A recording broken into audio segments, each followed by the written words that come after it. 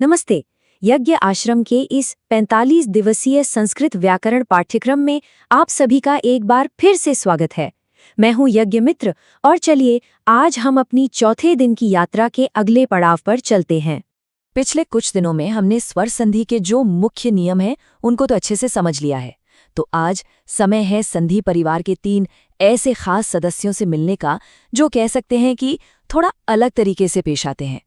ये नियम थोड़े अनोखे जरूर हैं, पर इनको समझना बहुत जरूरी है क्योंकि ये अक्सर सामने आते हैं। तो ये रहा आज का हमारा प्लान। हम एक एक करके इन तीनों अनोखे नियमों से मिलेंगे, उनके काम करने का तरीका समझेंगे और हाँ, आखिर में उन्हें एक साथ याद रखने की छोटी सी कोशिश करेंगे। तो चलिए शुरू करते हैं। मिलते हैं अपने पहले विशेष नियम से। इसको ना आप एक ऐसे सदस्य की तरह समझ सकते हैं जिससे चीजें अपने अंदर समा लेने की, मतलब अब्जॉर्ब कर लेने की आदत है। अब देखिए, यहाँ एक बहुत ही आम सवाल उठता है। अगर हम अयादि संधि का नियम यहाँ लगाएं तो ते में ए के बाद अ आ रहा है, तो उसे अय में बदल जाना चाहिए था और शब्द बनना चाहिए था तयपि। लेकिन ऐसा नहीं हुआ, ये तो तेयपि बन गया। ऐसा क्यों? बस इसी उलझन को पूर्वरूप संधि सुलझाती है। देखिए, इस संधि का नाम ही इसका राज खोल देता है। पूर्व रूप यानी पहले जैसा रूप।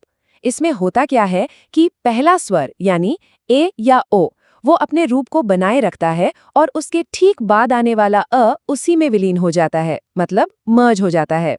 तो जो अ गायब हुआ है ना, वो पूरी तरह से मिट नहीं जाता, वो अपनी एक निशानी छोड़ जाता है। इस निशानी को, ये जो एस जैसा दिखने वाला चिन्ह है, इसे अवग्रह कहते हैं। ये बस ये बताता है कि देखो, यहाँ कभी एक अ हुआ करता था। इस संधि को पहचानना बहुत बहुत आसान है। आपको बस 2 बातें देखनी है। क्या पहला शब्द ए या ओ पर खत्म हो रहा है और क्या अगला शब्द अ से शुरू हो रहा है।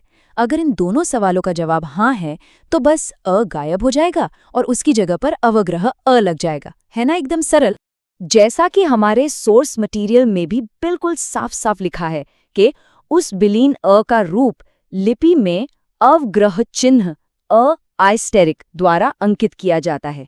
इसका मतलब है कि लिखते समय इस गायब हुए अ को दिखाने के लिए अवग्रह का इस्तेमाल किया जाता है। चलिए अब आगे बढ़ते हैं और अपने दूसरे कजिन से मिलते हैं। ये वाला थोड़ा जिद्दी किस्म का है। ये ना किसी से मिलना जुलना पसंद करता है और ना ही खुद को बदलना चाहता है। प्रकृति भाव का मतलब ही है प्रकृति या नेचुरल स्टेट में रहना। ये असल में संधि का कोई प्रकार नहीं है, बल्कि ये संधि का अभाव है। आप इसे व्याकरण में एक डू नॉट डिस्टर्ब जोन की तरह समझ सकते हैं, जहां नियम होने के बावजूद संधि नहीं होती। इस तुलना से ये बात एकदम साफ हो जाएगी। देखिए, एक तरफ कवि प्लस इंद्रः मिलकर दीर्घ संधि से कवींद्रः बन जाते हैं, लेकिन दूसरी तरफ कवि, जो कि द्विवचन यानी डुअल फॉर्म है, जब इच्छतः से मिलता है तो कोई बदलाव नहीं होता। वो कवि इच्छतः ही रहता है, कुछ भी नहीं बदलता। तो सवाल ये है कि हमें पता कैसे चलेगा कि संधि करनी है या नहीं। इसका राज प्रगृह्य शब्दों में छिपा है। ये शब्द एक सिग्नल की तरह हैं जो कहते हैं रुको, यहाँ संधि नहीं होगी। तो सबसे जरूरी बात यह है कि कोई शब्द प्रगृह्य होता कब है। इसके लिए कुछ शर्तें हैं। पहली शर्त, वो शब्द द्विवचन यानी डुअल फॉर्म में होना चाहिए। दूसरी, उसके अंत में या तो दीर्घ ई हो जैसे कवि में, या दीर्घ ऊ हो जैसे विष्णु में, या फिर ए हो जैसे बालिके में। अगर ये शर्तें पूरी होती हैं तो संधि नहीं होगी वाला नियम लागू हो जाता है।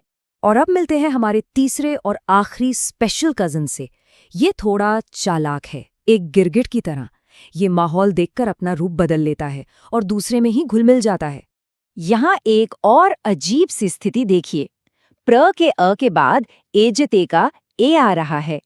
अब वृद्धि संधि के नियम के हिसाब से तो अ प्लस ए मिलकर अय बनना चाहिए और शब्द होना चाहिए था प्रायजिते, लेकिन ये तो प्रेजिते बन गया। ऐसा कैसे हुआ? इसका जवाब है पररूप संधि। इसका नाम देखिए, पररूप यानी बाद वाले जैसा रूप। ये पूर्व रूप के बिल्कुल उल्टा है।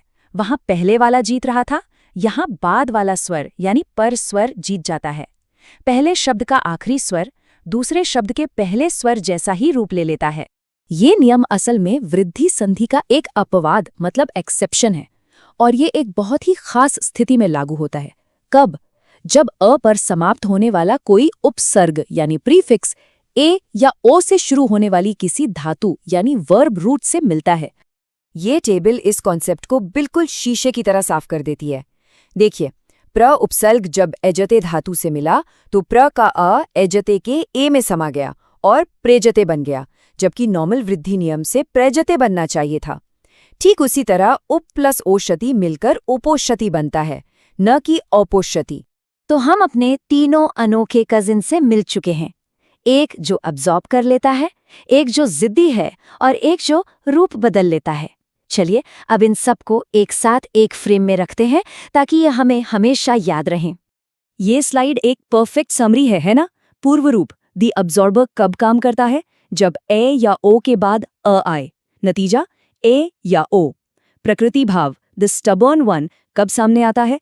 जब द्विवचन के ई उ ए के बाद कोई भी स्वर हो। नतीजा कोई बदलाव नहीं, नो चेंज। और पररूप द क्यूमेलियन कब दिखता है?